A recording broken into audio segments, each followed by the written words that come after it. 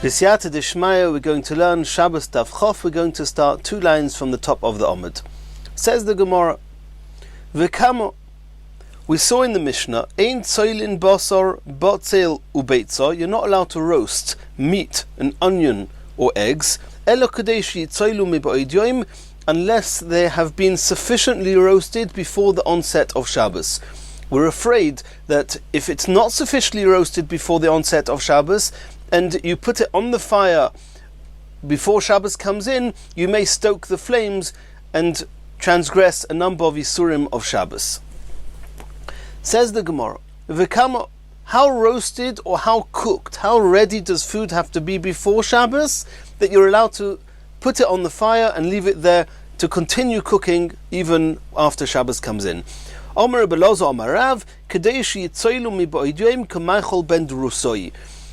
Ben Drusoi was a thief and didn't have time to wait for his food to be sufficiently cooked, and when the food was cooked a third of how much it would regularly be cooked, other poskim say half, Rashi says a third, then that's enough, and we're not afraid that you're going to stoke the flames in order to make the food cook after it's been cooked a third. You'll be patient and you'll wait for the cooking to be done on its own.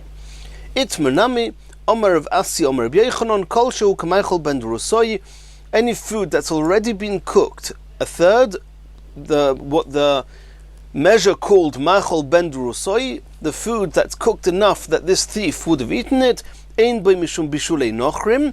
We know there's an Issa, we've learnt about it previously in the Masechta, that food that's been cooked by a Goy, a Yisrael, is not allowed to eat it. However, if the food was cooked by a Yisrael a third, like Machol Ben Drusoi, and then a Goy cooked it, the rest of the cooking, it's okay, one is allowed to eat it.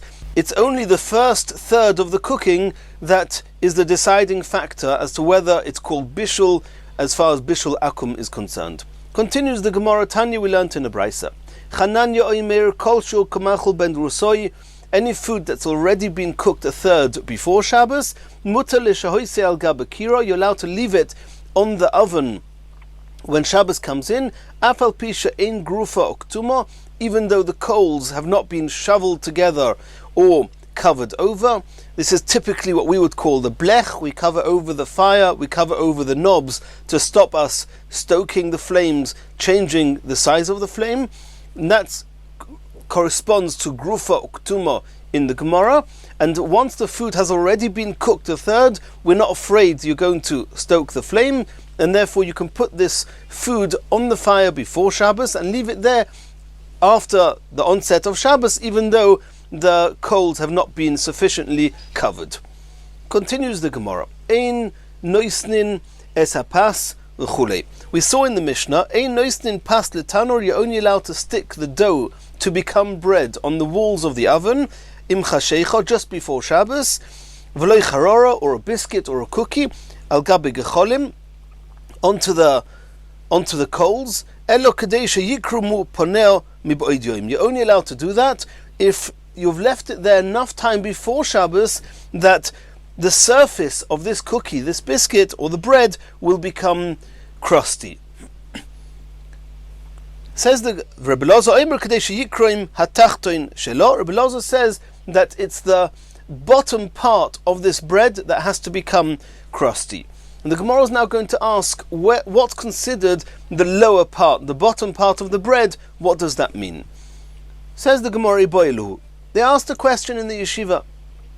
Tachtoin heich. When the Mishnah says, when Rebbe Lozo says, Sheyikroim hatachtoin shelo, the bottom of this bread, what does it mean? Degabe tanur, oidilma tachtoin heich degabe haur. Does it mean that it's the part that's lowest down, meaning the closest to the flame, or does it mean the part that's facing down, that's the edge that's connected to the oven?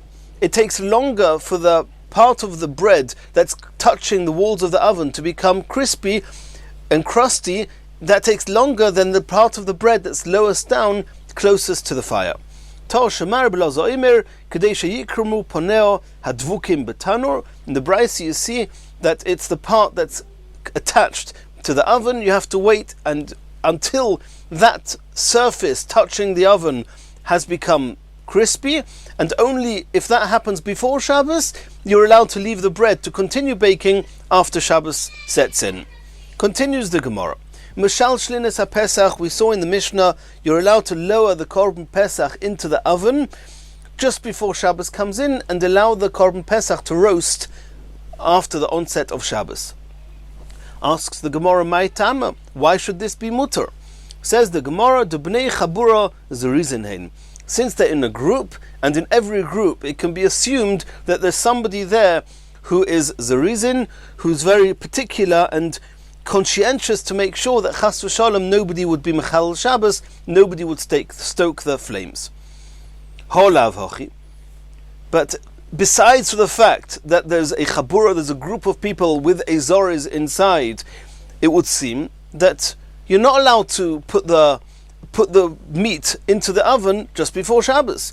Va'omar mar, did we not see on Daf Yud Ches Amud Beis, Gadia, tender kid meat, which is similar to that of a Korban Pesach, bein shorik, bein lo shorik, irrespective of whether the entrance to the oven is sealed closed or not sealed closed, shapir domi, since opening up the oven will allow the breeze, will allow wind to come in, and that's going to affect and damage the meat inside, we assume that a person won't do that. If so, with Korban Pesach, why is it only mutter? Because it's B'nei Chabura's Rizinhein, it should be mutter because we assume you're not going to open the oven because the breeze is going to disturb the roasting and disturb the meat. Says the Gemara, Hosom Mintach. Over there, in the Gemara previously, we're talking about that the meat was cut up, was chopped up into pieces, and therefore opening it up and the wind, the breeze coming in, will actually disturb the process and of the baking, of the frying, and a person won't do that. In the case of the Korban Pesach, it was roasted whole. And since it was roasted whole, the wind would not bother it, and therefore a person could open it up even after the onset of Shabbos, and therefore it's only mutter because there's a b'nei chabura, that's the reason. Continues the Gemara. Uma'achizin es ha'ur. We saw in the Mishnah, Ma'achizin es ha'ur b'maduras beis ha'moikeid, that in the Beis HaMikdash there was a chamber called Beis HaMoikeid, the chamber where there was a bonfire in it. As we explained when we learned Daf Yud Tes, it was there in order to warm up the feet of the Kohanim, and you're allowed to, just before Shabbos comes in, light that fire in the Beis HaMoikeid. You do not need to wait for the fire to spread and that the whole bonfire should be alight. As long as a little bit of the wood has already caught alight, has been ignited, it's enough, and we're not concerned that they're going to be Mechal Shabbos. Says the Gemara, Minoha Nemili. What's the source of this? What's proof that this should be mutter? Omer of Huna. It's learned from a pasuk. Lo yisevaru eish b'chol moish v'seichem. You're not allowed to kindle a fire anywhere in your homes. B'chol moish v'seichem yatom avir. You're not allowed to ignite a fire in your homes. Aval atom avir maduras beis hamoikeid. But if it's not your home, it's the home of the Beis HaMikdash, it's the chamber of the Beis HaMoikeid in the Beis HaMikdash, you're allowed to light a fire on Shabbos. Maskif Rav Chizda. Rav Chizda says, can that be the source? If you have a pasuk that says that in the Beis HaMikdash you're allowed to light a fire on Shabbos, then why do you have to kindle it before Shabbos at all? Light it on Shabbos. Elom Rav Chizda argues with Rav Huna, and Rav Chizda says, Kro ki osa lemishri evorim upedorim hu da'osa. We do not need a pasuk, or the pasuk does not tell us you're allowed to light a fire in the Beis HaMikdash. We need this pasuk to tell us that you're allowed to put the limbs and the fats of the korbanos that you did not have time before Shabbos came to put them on the mizbeach. You're allowed to put them on the mizbeach even after the onset of Shabbos. The Kohanim zerizim heim, and the reason that in the Beis HaMoikeid you're allowed to light the fire and you do not need it to ignite the whole bonfire before the onset of Shabbos is because Kohanim zerizim heim. The Kohanim themselves are very conscientious to make sure that all the halachas are being kept to the letter of the law and nobody will be mechal Shabbos. Continues the Gemara.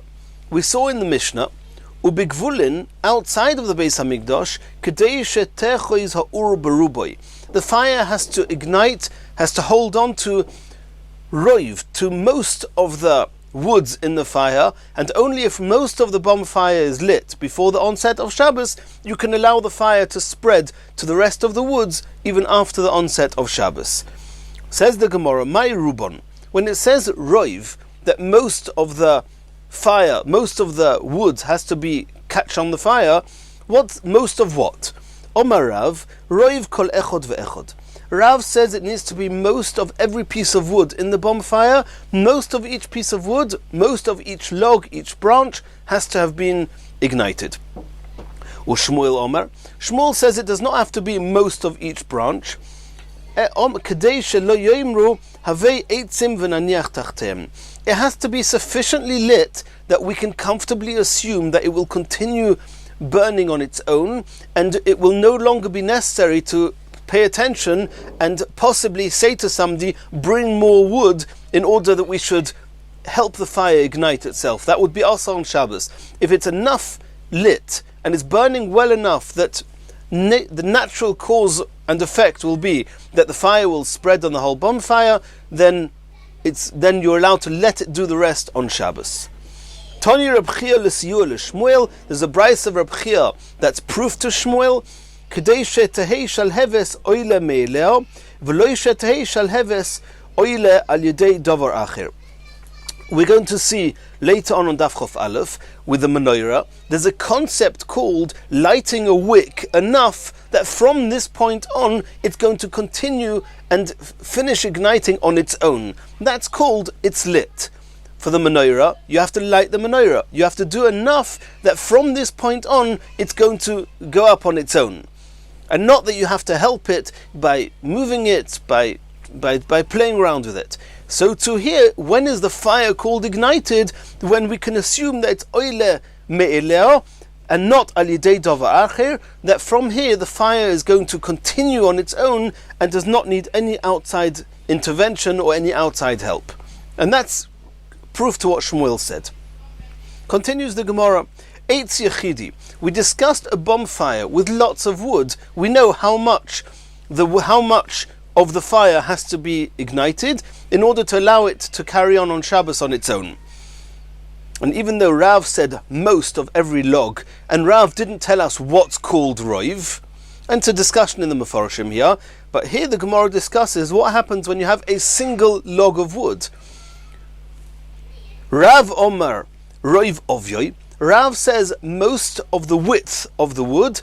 That means the fire has to have penetrated most of the depth of the wood, of the log, and then it's called the fire's grasped the wood, and we can assume it's going to continue spreading on the whole log, and you're not going to do anything to help the wood. There's no reason to suspect you'll be Mechal Shabbos. You're allowed to allow it to continue on its own after the onset of Shabbos.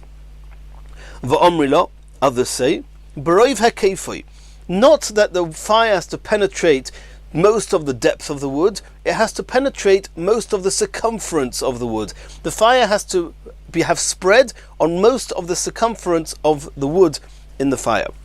Omer of Papa, Hilkoch ba'inon roiv ovyoy u'ba'inon roiv ha'keifoi. Rav Papa says, since it's a discussion whether the fire has to have spread most of the depth or most of the circumference before the onset of Shabbos, he's machmir and says you need both.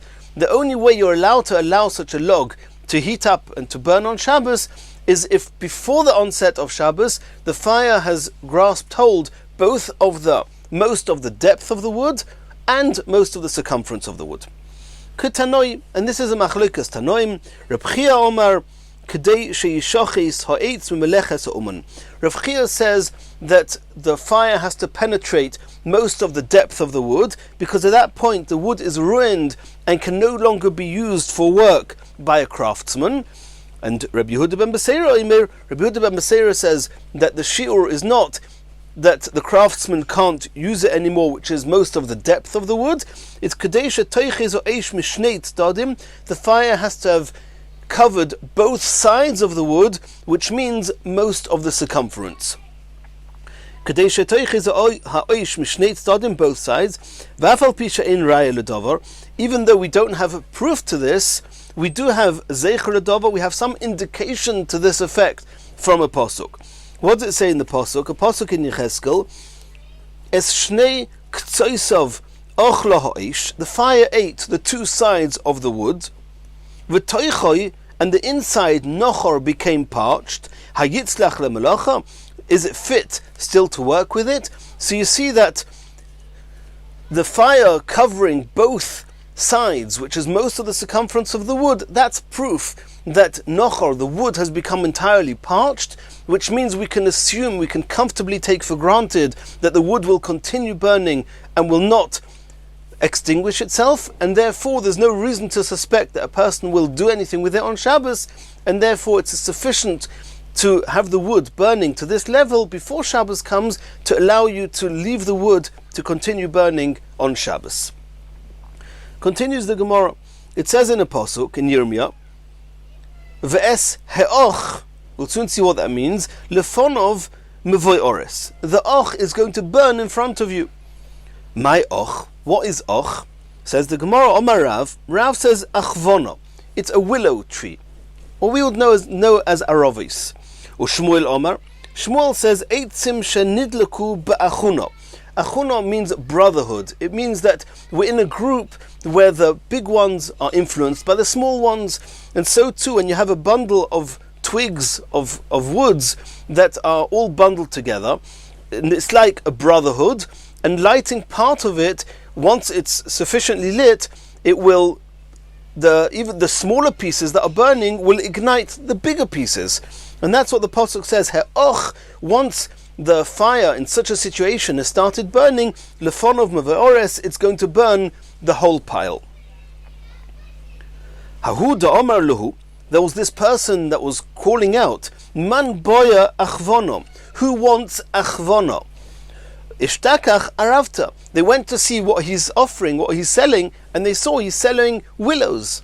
So this is proof that the word ach in the pasuk, the achvono means aravis, means the willow tree, as we saw, as Rav said. And there's a question what this is doing here in this Gemara. Continues the Gemara. Omar Rav Huna. Konim, when you have a pile of reeds, ein tzrichin roiv. Over there you don't need most of the reeds to have been ignited before Shabbos to allow you to let these reeds continue on Shabbos. We can assume that they are going to continue burning on their own. Ogdon, if you took all these reeds and you bundled them together, tzrichin roiv, then you need that most of the bundle is already ignited to assume that it's going to continue burning on its own. Gar'inin, if you have the pits of dates, ein tzrichin roiv, they do not need roiv, and as soon as some of them are ignited, it's enough to assume they're going to continue igniting and they will not extinguish.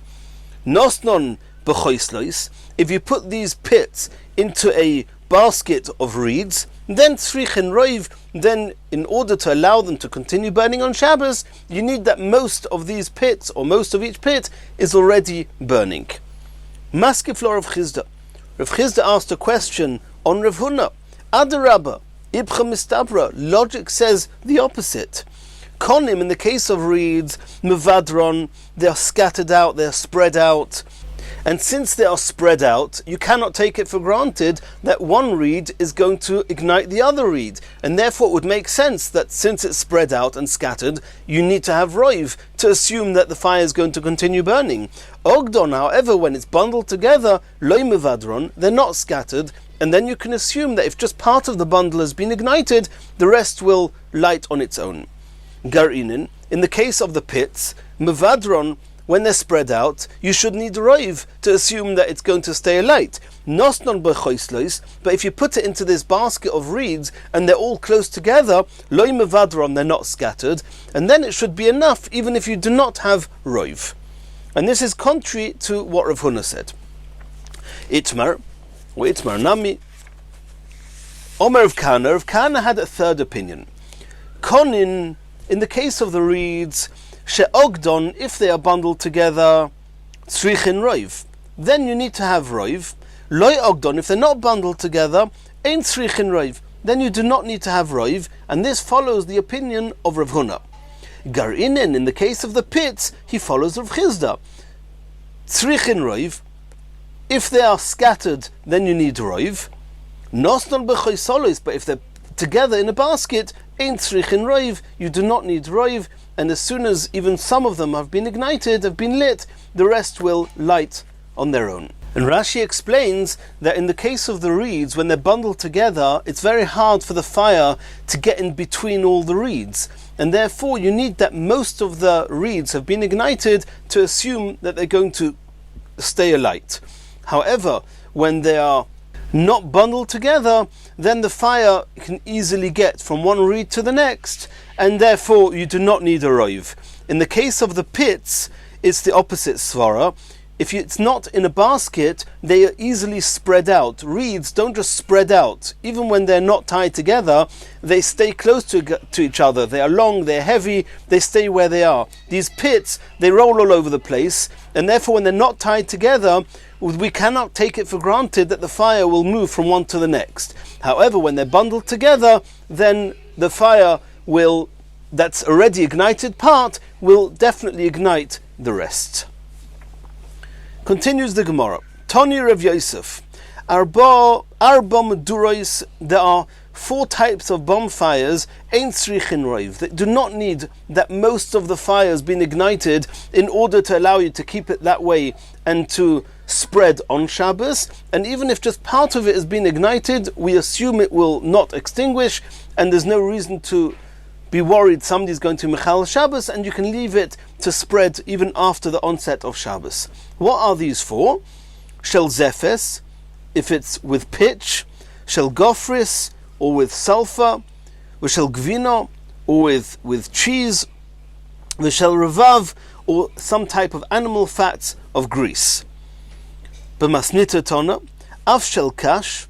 We learnt in the Brisa that also a bonfire made with a pile of straw, v'shel gevova, or stubble, also there we assume that it will not extinguish, and you do not need roiv. Omer Rabbi Yochanan, eitzim shel bovel, the woods that were common in Bovel, ein tzrichin roiv, you do not need roiv, we can assume that they will burn nicely. Maskef lo Rav Yosef, maihi, what are these woods in Bovel? Ilema silti, is it talking about the thin strips of wood which was common in Bovel? Hashta psila omar ula, in the case of a wick, Ula says hamadlik tzorich sheyadlik baroiv hayotza, that when you're lighting a wick, you have to make sure that most of the wick is ignited before the onset of Shabbos. Silti, these wooden strips that are harder to ignite than a typical wick, even more so you should need at least roiv. Miboya, you can take for granted you need at least roiv. Ella Omer Rav Yosef says, Shucha de Arza. It's the branches of the cedar wood, which they had in Bovel, and these branches, when you light them, you do not need roiv.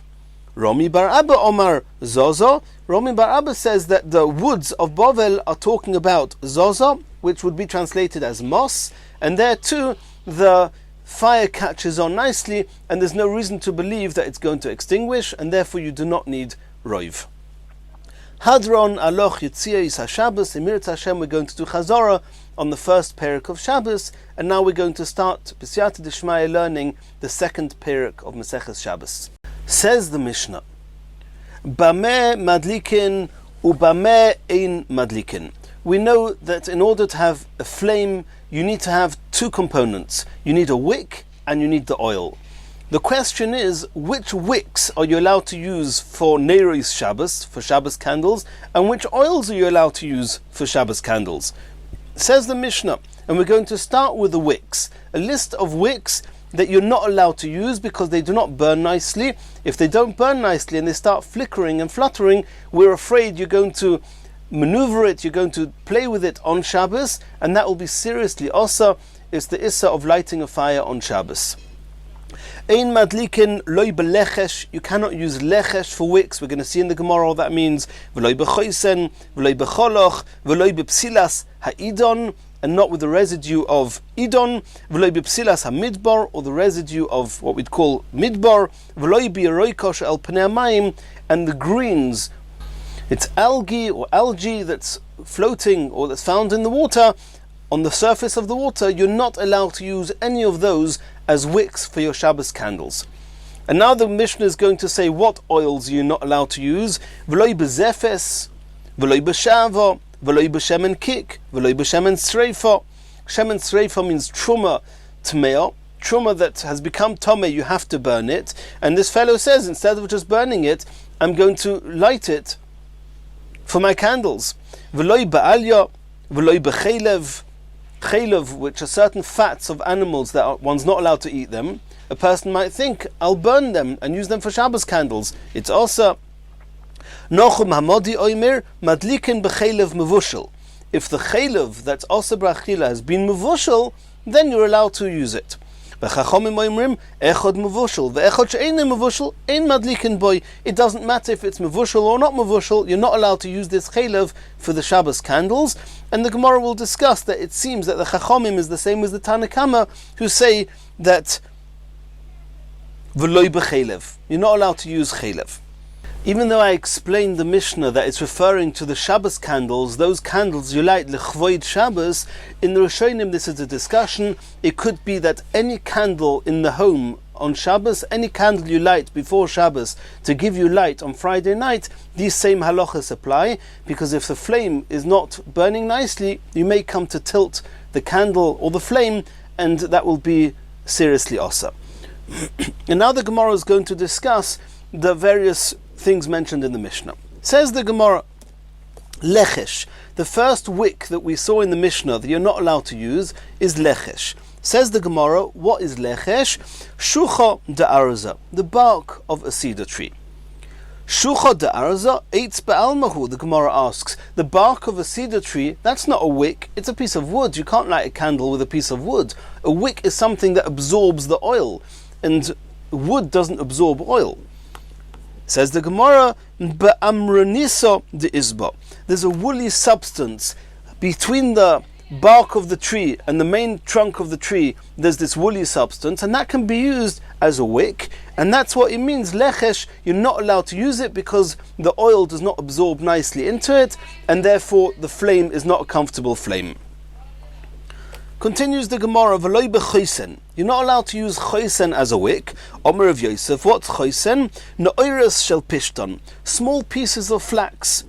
Omer le Abaye v'hoksiv, does it not say in the pasuk, v'hoyo hechosoin l'no'oiras, that chosoin, which is a strong material, is going to become very flammable and very easily burnt like no'oiras. Michlal de choisen lav no'oirasi. So you see from the pasuk that if Yeremi is saying that part of the punishment that they're going to get is that choisen is going to become na'oires, you see that choisen is not na'oires. So how can you, Rav Yosef, say that choisen in the Mishnah is na'oires shel pishton? Elo Omar Abaye. Abaye says, do you know what choisen in the Mishnah is? Kisna.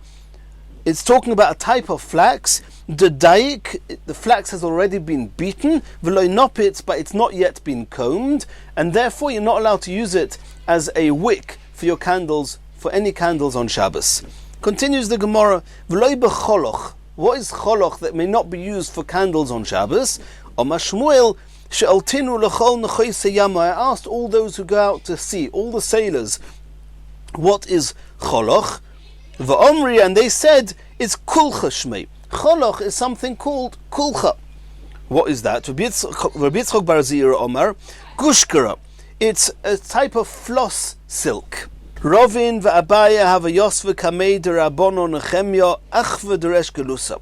Rovin and Abaye were sitting in front of Rabbono Nechemya, who was the brother of the Resh Gelusa, the Godla Doir in Bovel, in the diaspora in Golus. Chazia Davalovish Mataksa. They saw he was wearing a silk garment. Omali Rovin Labaya. Rovin commented to Abaya, Hainu koloch titnan. This garment is koloch that we mentioned in the Mishnah. Omali Abaya said to Rovin, Anan Shira Paradno Korinonle. We called what he's wearing Shira Paradno. And that's what this garment is called. Meisvei. So we're asking a question now. It says in the Brisa, Hashiroim, a type of flax, a type of shira, and we assume that this includes shira paranda. v'hakoloch and or koloch, v'hasirikin and a corded type of silk, another type of silk, chayovim b'tzitzis. If garments are made of them, they are chayav to put tzitzis. So you see that shiroin, which is shira paradno, which was what this garment that the Resh Galusa was wearing, is not koloch. Tuvta de Rovin, Tuvta, so you're right, Rovin there's a question against Rovin that koloch is not this type of garment that was called shira parando. Iboyas Ema, says the Gemara, it could be that Rovin can answer shira lechud. In the brisa that says that shiroin is not the same as koloch, shiroin there is one thing, the shira paranda lechud, and the shira paranda may well be koloch, that's something else, and not to assume that shiroin means shira paranda. Continues the Gemara, v'loi b'psilas ho'idon, and you shouldn't have wax from idon. What's that mean? Says the Gemara, achvino. This is the woolly type of substance between the bark of a willow tree and the main trunk of the willow tree. Rovin v'Abaya have ka'ozla. Rovin and Abaya were traveling, were going b'pakta de Tamrurisa, in the valley of Tamrurisa. Chozinhu, they saw lahanhu arvasa, they saw these willow trees. Omale Rovin l'Abaya. Rovin commented to Abaya, Hainu idon ditnan. This willow tree is the idon mentioned in the Mishnah. Omarle, Abaya said to Rovin, Hahu eitz be'almahu. What do you mean?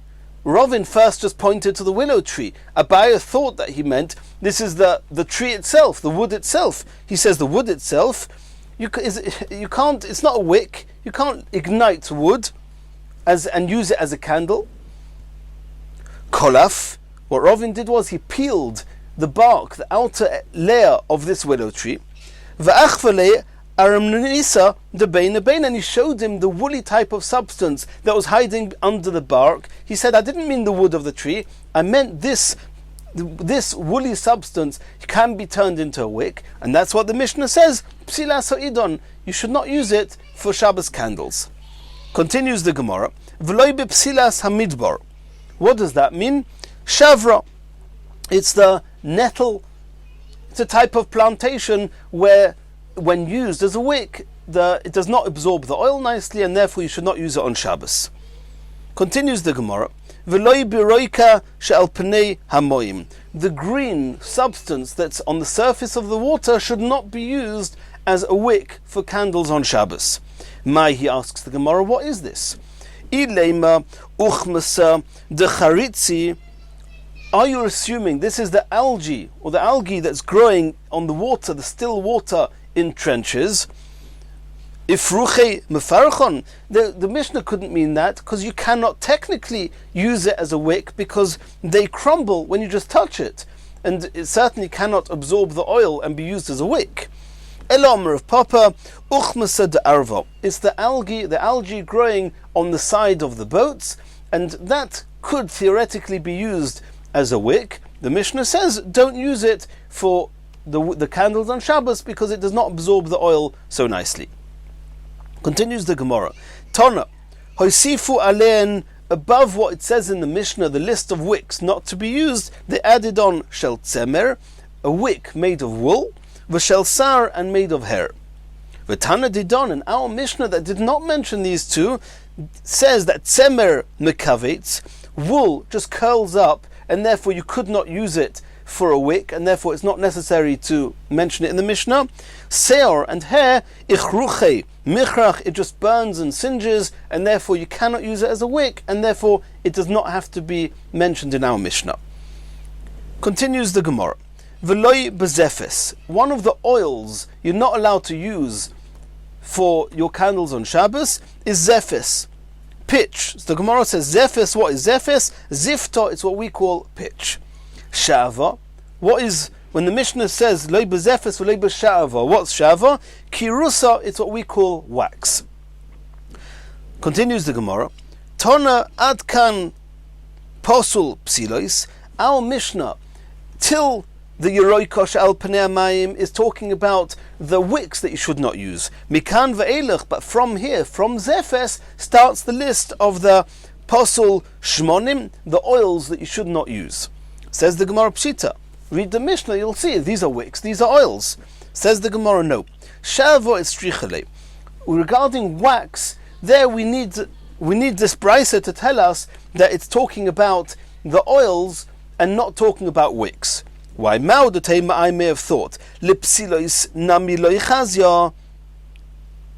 I may have thought that shavo cannot be used as an oil to put a wick inside melted wax. That you should not do. But if you've turned the wax into a type of wick itself, it's what we call a solid wax candle, which looks like a wick. It's similar. The whole wax candle is like a wick. I may have thought that's also not to be used on Shabbos. Komash malon, you're allowed to use it on Shabbos. You're only not allowed to use wax when it's used as a melted oil that's going to get absorbed into a wick. But when the whole wax is a solid wax candle, then that would go in the list of psilois, of wicks, and it's not one of the wicks that are not allowed to be used on Shabbos. You're allowed to use it on Shabbos. Continues the Gemara, Omar Romi bar Ovin. We just now learnt that in the Mishnah it says you're not allowed to use wax as one of the oils for the candles on Shabbos. We're going to see later on in the Gemara that itron is also not allowed to be used as an oil to be burnt on the candles, in the candles on Shabbos. So the Gemara explains, itrona, what is itron? Psoil saw the residue, the zifta of pitch. Shava, what's the shava? Psoil saw is the residue, the duvsha of honey. Lemay nafkamina, what's the difference? Says the Gemara, lemekach umemkar. If you're trying to sell to somebody and you committed yourself to, in the sale, to give him shava, you have to know what that means. And so that's why it says, that's why Romi bar Ovin says that, you know what shava means? It means the residue of the honey, and you do not need to turn it into something made and ready to be used and easy to be served. No, as long as it's the residue of honey, it's called shava. And therefore you're allowed to give it to him and part of a valid sale.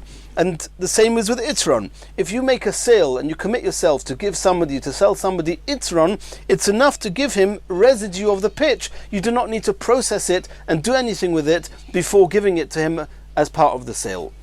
And in Mirz Hashem, in the next shir, we're going to continue in this sugya.